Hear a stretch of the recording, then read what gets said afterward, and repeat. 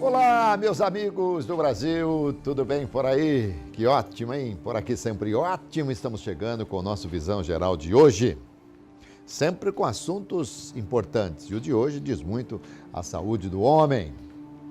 Quando a alma está feliz, a prosperidade cresce, a saúde melhora, as amizades aumentam, enfim, o mundo fica de bem com você. O mundo exterior reflete o universo interior. Vamos falar de Novembro Azul? Vamos, doutor Daniel Moser, urologista. Que prazer recebê-lo aqui, querido, mais uma vez. Meu, Alberto, muito obrigado pelo convite mais uma vez. Doutor, eu faço aqui algumas consultas, né? Se bem que a consulta mesmo que eu faço com o doutor, ela é anual. E eu sou adepto à teoria de que prevenir é melhor do que remediar. Sim, e homem esperto é homem que se cuida. Homem que se cuida, exatamente, exatamente. Eu sei que vai chegando a época, eu tenho que ir para o médico, tenho que ir para vou de novo, vou, e não adianta, e nós temos que ir mesmo. Essa história de preconceito realmente é uma bobagem.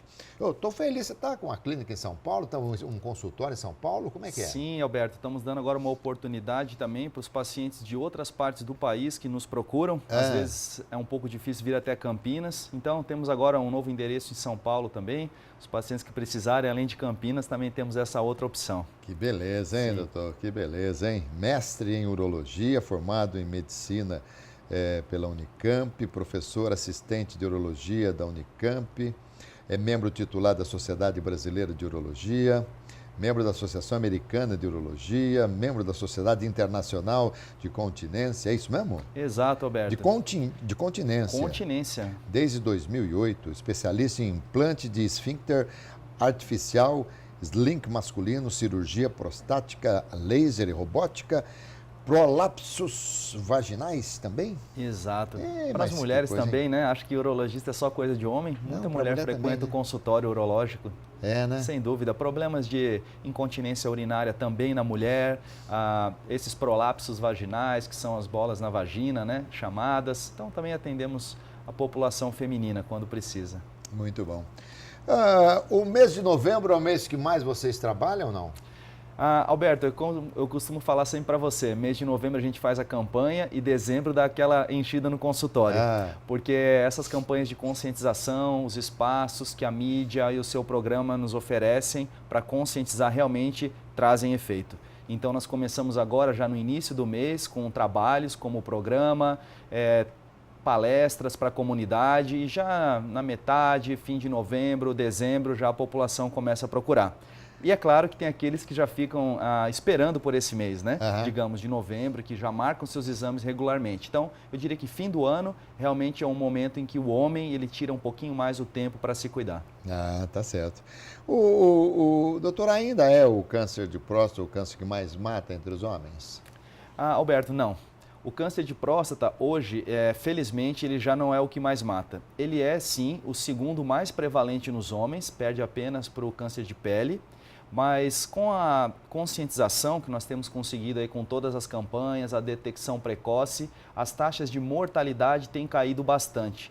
E essa informação eu acho que ela é muito relevante, principalmente para as pessoas que ainda têm um certo receio de procurar o urologista, com aquele medo de descobrir a doença. Então é justamente o contrário. Procure, porque detectando no início, a sua chance de cura é altíssima, eu diria superior a 90%. Olha que maravilha, muito alto. Que maravilha. Doutor, e não apareceu nada ainda que pudesse a medicina falar assim com garantia que é algo que previne, que evita o câncer? Não tem nada, nenhum alimento, nada? São orientações gerais, Alberto, que estão mais relacionadas à qualidade de vida como um todo. Então nós sabemos que uma alimentação rica em gorduras, carne vermelha, que vai em linha, né, justamente do que os nutrólogos e nutricionistas pedem para você também ter um cuidado em não exagerar, como uma forma de cuidado de saúde geral. Então, segue na mesma linha. Agora, um alimento específico que traga um maior risco para o câncer de próstata direto, realmente ainda não existe.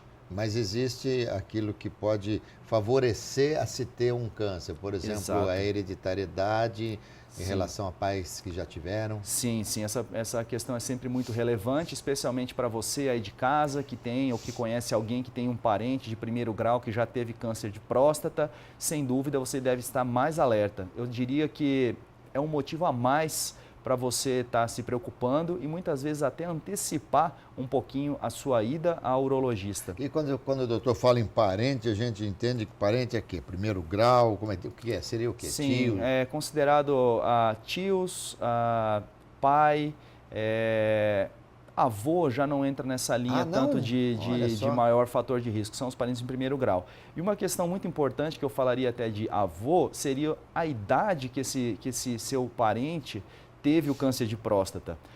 Vejam que interessante, você aí de casa, às vezes a gente encara o câncer de próstata como uma doença, enfim, que pega você de surpresa. Mas quando nós falamos da população com 80, 90 anos, que hoje já não é mais uma coisa rara, né? Não. As pessoas têm chegado a essa idade. 70 a 80% desses homens vão ter câncer de próstata. Olha. Veja que interessante. Então, o câncer de próstata, o problema é quando ele ocorre numa idade muito precoce. Nós sabemos que a maior incidência do câncer de próstata ocorre em torno dos 60, 65 anos. Então, nessa idade ou menos, realmente o homem tem que estar alerta. Por quê? O câncer de próstata, ele leva um tempo para ele poder crescer e trazer consequências ao homem. Então, se você tem um paciente com 80, 90 anos e ele desenvolve um câncer de próstata, não é uma preocupação tão grande, porque ele vai acabar falecendo de outras causas que não o câncer de próstata. Muito diferente de um paciente que descobre o câncer aí até os seus 70 anos, sim, ele pode ter consequências do câncer de próstata. Então, o câncer de próstata está muito relacionado à expectativa de vida. Se você tem uma expectativa de vida ainda muito grande, não tem problema de saúde nenhum, a gente tem que estar atento e tem que estar alerta pesquisando essa doença. Qual é a consequência que traz para a próstata a pessoa que usa muito bicicleta, o ciclista, por exemplo? Certo. Câncer de próstata, não. Se há esse temor, esse rumor, não existe. O que pode acontecer relacionado à próstata em pessoas ciclistas, por exemplo, eu tenho alguns pacientes, não são todos, tá? Eu estou falando aqui de uma exceção, alguma inflamação na próstata, também chamada de prostatite. Pelo próprio contato contínuo do banco da bicicleta com essa região que é chamada de períneo, você pode ter uma compressão na próstata e aí ela desenvolveu uma pequena inflamação. Na maior parte dos casos ela é facilmente tratada, com repouso da atividade e não é um problema muito grave, é um problema tranquilo. Por que quando o médico, o urologista pede o PSA, o urologista diz o seguinte, olha, você só não pode andar de bicicleta, não pode andar a cavalo, mas não precisa ter jejum sexual e tal, não sei o quê. E aí você vai fazer o exame, você chega lá, aí a pessoa fala assim, você tá assim, tá com jejum sexual, tá assim, tá tal. Eu falo, não, não tô. Não, mas tem que estar. Não, meu médico falou que não tem que estar nada. Então explica isso aí, doutor. Alberto, agora você até vai me botar numa saia justas aqui com alguns laboratórios, mas eu tenho que falar da evidência científica. Eu não posso fazer uma coisa diferente disso, né? Existem já inúmeros trabalhos ao redor do mundo, feitos com milhares de pacientes, que já evidenciaram que a atividade sexual, mesmo você praticar alguma atividade física, ela não vai influenciar no resultado do seu PSA. Algumas situações sim influenciam. Por exemplo, o paciente está usando uma sonda, que é um caninho no canal da urina, que é usado para esvaziar a bexiga. Tem alguns pacientes que precisam usar. Nessa situação, vai estar alterado o seu PSA. Quando você fez o toque retal, dependendo de como foi feito esse toque, existem algumas técnicas que você tem que fazer uma coleta de esperma, por exemplo. Então, ou seja, a massagem da próstata, o toque um pouco mais vigoroso, ele pode sim causar alteração do PSA. Então, por isso que via de regra, nós falamos, olha, depois que faz o exame do toque, espere alguns dias para fazer o seu exame. Por quê? Para não ter que ficar naquela situação, se vier aumentado, você ter que repeti-lo. Então, mas me explica aqui, quando, por exemplo, alguém anda de bicicleta ou anda a cavalo ou faz o toque retal e vai fazer o PSA, a alteração que vem aumentado o PSA? Sim. Quando ocorre essa alteração por um estímulo da próstata, uma compressão mais vigorosa da próstata, há uma produção aumentada do PSA. Vamos lá, vamos falar um pouquinho de PSA, né, Alberto? Estamos falando PSA, PSA. O que é PSA? PSA é uma sigla em inglês que, traduzida, significa antígeno específico da próstata.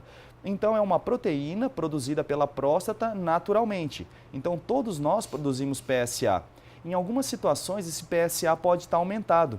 Quando nós temos um crescimento da próstata, um aumento da próstata, eu estou falando em aumento benigno, não estou falando em câncer de próstata, ele pode aumentar. Quando nós temos um câncer de próstata ou uma inflamação na próstata, são 3 situações que aumentam. Então, na imagem, você aí de casa pode estar vendo o dedo do cirurgião, ele faz esse exame do toque justamente pelo reto, porque a próstata, ela intimamente encontra-se em contato com o reto. Então, por isso que o exame é feito por ali. E você pode palpar toda a superfície posterior da próstata, que é a região onde ocorre 90% dos cânceres de próstata. Ah, e ali a outra parte da próstata não é tocada, não tem como. Não é tocada, tá certo? não tem como. Mas se ela tiver alguma alteração ali, o PSA vai mostrar? Exatamente. Por isso que é feito em conjunto, né, o aumento, a avaliação. Você faz o toque para detectar onde tem 90% dos tumores e o PSA, que também vai indicar, somado ao toque, se você tem uma doença de câncer ou não. Então, nessa imagem, você pode ver naquela região posterior em branco um pequeno nódulo. E esse nódulo está aqui representado como um câncer. Ah, tá. Então, são pequenas células que se diferenciam para células malignas, elas se agrupam, crescem e formam o que nós chamamos de câncer. Então, o câncer, na verdade, são células que se reproduzem com mais rapidez, né? Sim. Consta, e são com deformidades, é isso? Exatamente, são células anômalas. Elas se diferenciam para um outro tipo de linhagem celular.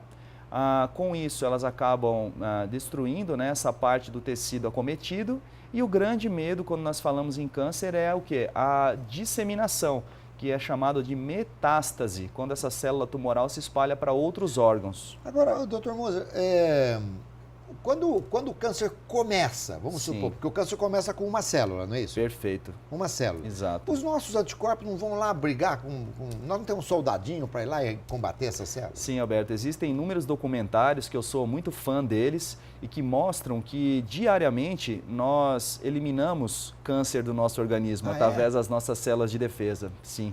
Tive a oportunidade de assistir algum desses documentários de redes internacionais e é muito interessante e mostra a briga diária do nosso sistema imunológico para combater essas pequenas alterações que ocorrem no DNA das células.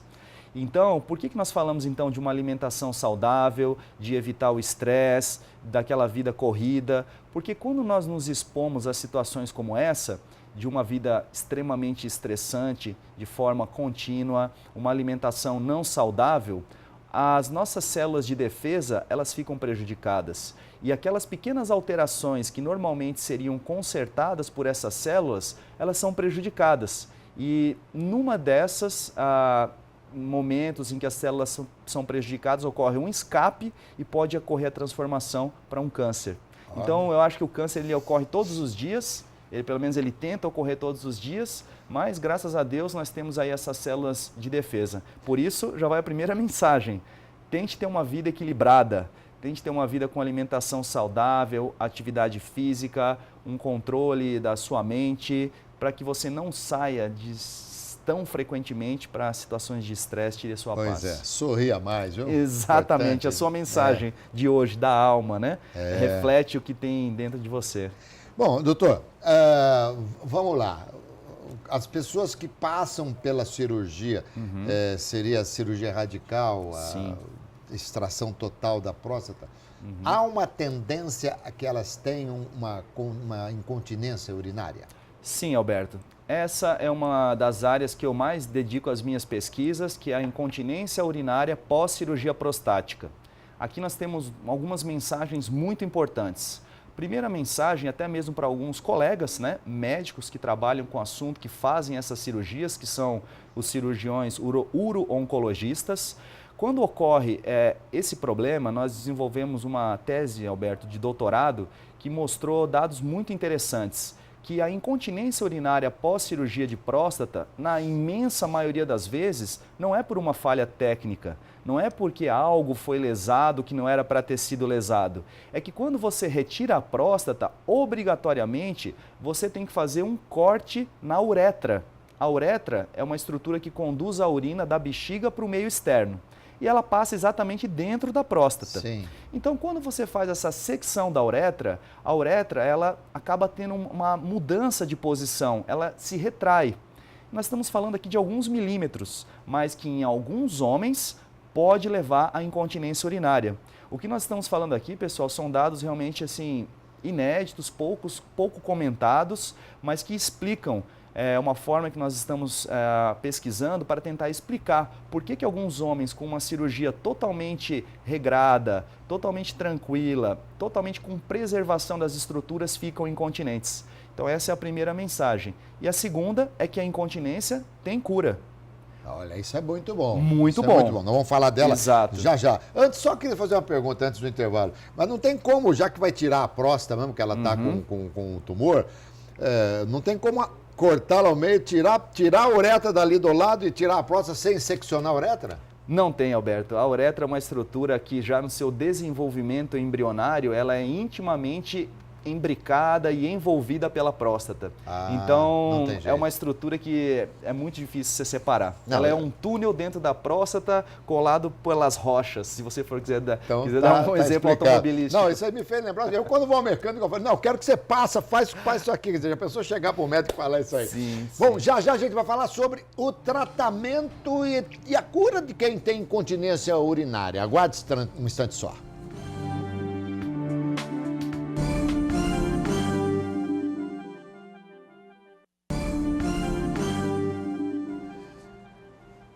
Voltamos aqui com o Dr. Daniel Moser, urologista, e estamos no Novembro Azul, então nós estamos falando de um assunto extremamente importante, prevenção dos problemas da próstata. A gente falou aqui da incontinência urinária, então Sim, tem cura? Tem cura. Essa é uma informação que muitas pessoas não têm e graças a veículos de comunicação como o seu programa, aliás, os pacientes têm elogiado bastante, sempre acham as entrevistas bastante pertinentes e interessantes. Eles chegam e falando, doutor, eu fiz essa cirurgia, eu fiquei incontinente, mas eu achava que a correção, o conserto disso era muito difícil. Realmente é isso mesmo? Eu vou ter que passar por todo aquele estresse cirúrgico, aquele problema no pós-operatório, e aí a gente tem a notícia boa. Não. O tratamento das sequelas do câncer de próstata, do tratamento cirúrgico ou da radioterapia, hoje eles estão ao alcance da maioria da população, tanto no setor privado quanto no público, você pode encontrar essas alternativas.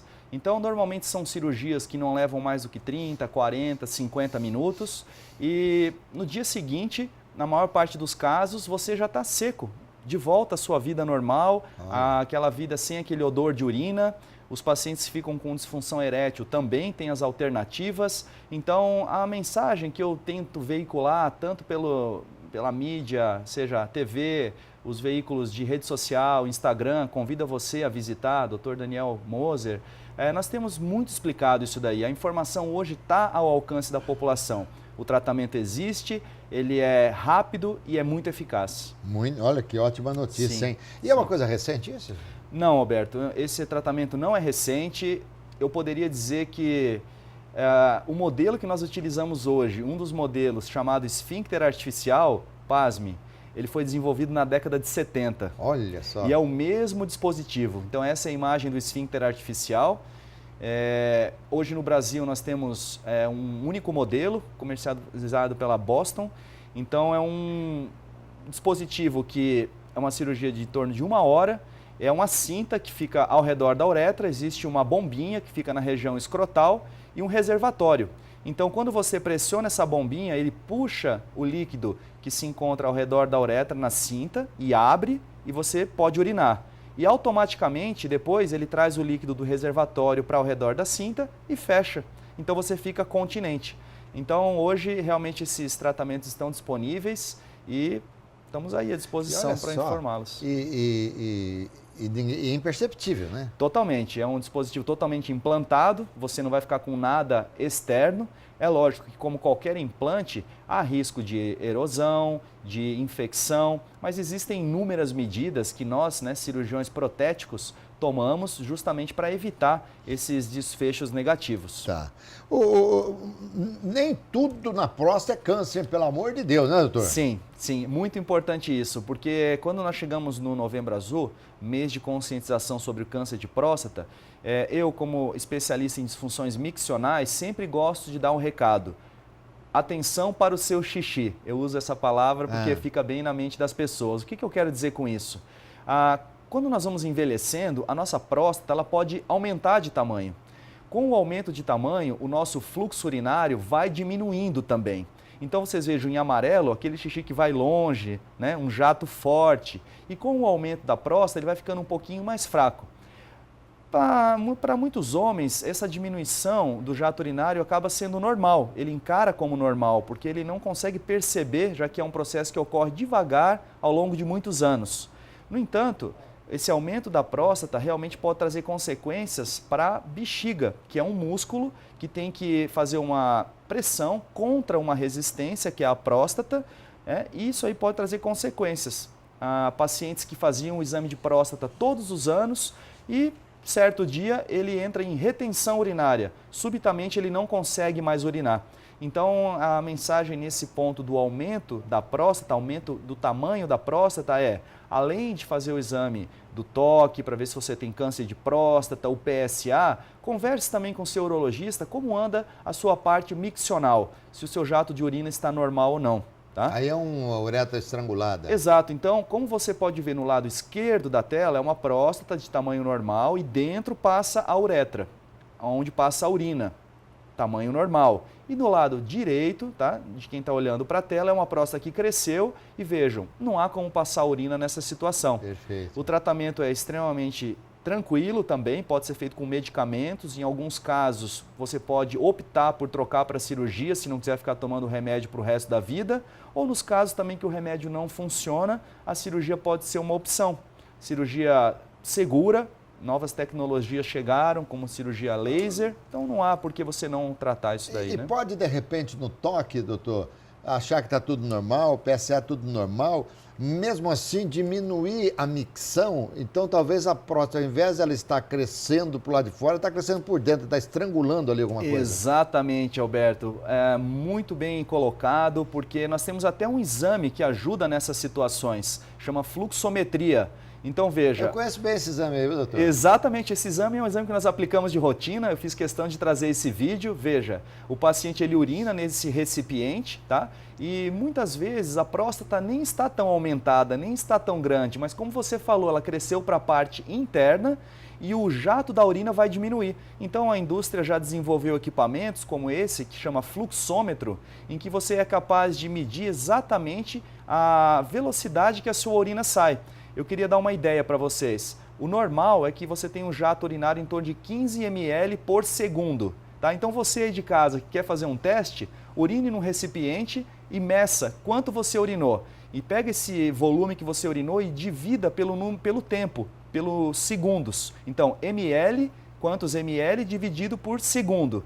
E você vai obter uma curva de fluxo como essa. Quando você tem uma curva de fluxo que é muito menor do que 15 ml por segundo, você já deve ficar preocupado. Por quê? Você pode estar tendo um aumento da próstata que está levando que é a obstrução e a dificuldade urinária. Eu tenho certeza que poucos ouviram falar sobre isso. É um assunto que não é muito tratado e nós temos levantado essa bandeira e levado essa informação aí à população. Agora também tem uma coisa, né? A gente precisa ter uma cadernetinha para marcar tudo e tem que fazer de exame, né? O tempo passa, né? Sem dúvida, Alberto, vai passando. Você tem mais estrada que eu, mas eu também já estou com um bom tempo e nós vamos notando, né? O corpo vai se cansando, os exames vão ficando mais frequentes. E não resta outra coisa para a gente se não fazer os exames rotineiramente e se cuidar. Até porque aí as pessoas falam assim, imagina, mas você está tão bem aí. A gente fala, a lata está mal ou menos, mas o motor já está mais...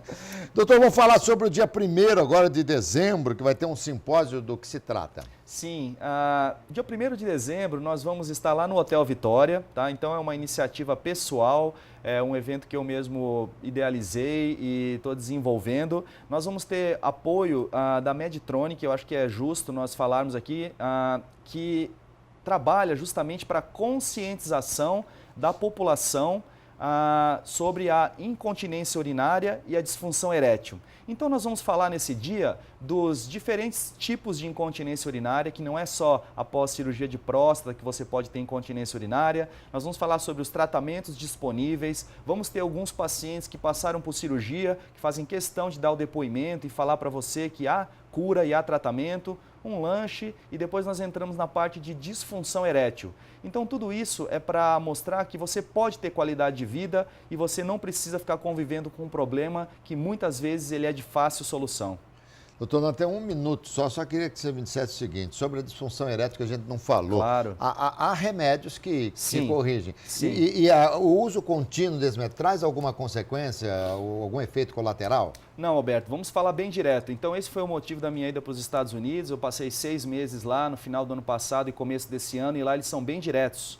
Aqui nós temos ainda um entrave cultural em que o homem tem um pouco de preconceito de procurar o tratamento e de evoluir nesse tratamento. Então vamos lá, tratamento. Você começa com medidas de qualidade de vida, alimentação, atividade física, são as medidas comportamentais. Elas não funcionaram, você passa para a segunda linha, que são os medicamentos, os comprimidos, facilitadores da ereção. Depois nós temos os medicamentos injetáveis, quando eu falo isso o homem se arrepia, mas ele é muito tranquilo. E por último a prótese peniana. Então hoje vai ficar com disfunção erétil, realmente quem não tem acesso, né, a uma unidade de saúde ou que quer permanecer dessa forma, que claro tem toda a liberdade. Doutor Daniel Moser, mais uma vez, enorme prazer recebê-lo aqui, prazer viu? Todo meu. Muito bom, obrigado, muito bom. Alberto. Você valoriza demais aqui o nosso Visão Geral. Conversei, portanto, com o doutor Daniel Moser, urologista, falando sobre o Novembro Azul, falando dos problemas da próstata. Eu tenho certeza que vocês gostaram, tá bom, gente? É isso aí. Muito obrigado. Saúde, paz e alegria. E sorte para todos nós. Tchau, pessoal.